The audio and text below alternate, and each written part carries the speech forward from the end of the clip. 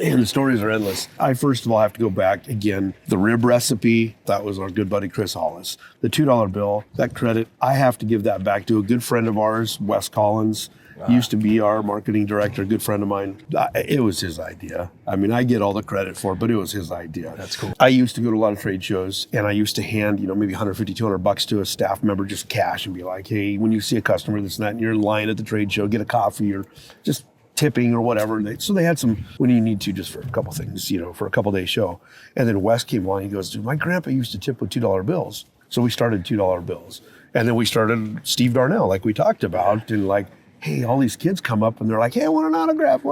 And like, I don't got nothing. And we're like, hey, dude, if I had a Sharpie on me and a $2 bill, yeah, we'd be good there. And so we started doing that. Then we stamped our ice box on them. And then we started stamping, if it was Diesel Brothers or Street Outlaws or Steve Darnell or Shorty or whoever it was from the different car shows we were building for, we put their stamp on it. And then they'd sign them for kids. Mm-hmm. And so that's kind of where it took off. But then the statement was made, when you spend $2 bills, and this is what I would encourage everyone, like I'm going to put out what's the word I'm looking for? I'm going to put out a challenge for Conequip.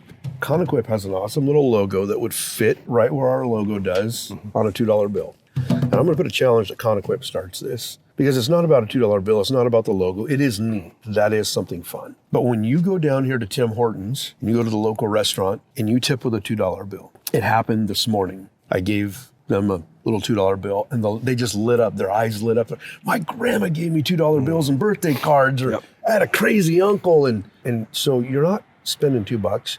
You're bringing back a memory to somebody that puts a smile on their face. Yep. It takes them back to something. It's like, that's priceless. Yep. I don't know how many people have just been like, thank you. And it's like, what's the difference in ones and twos?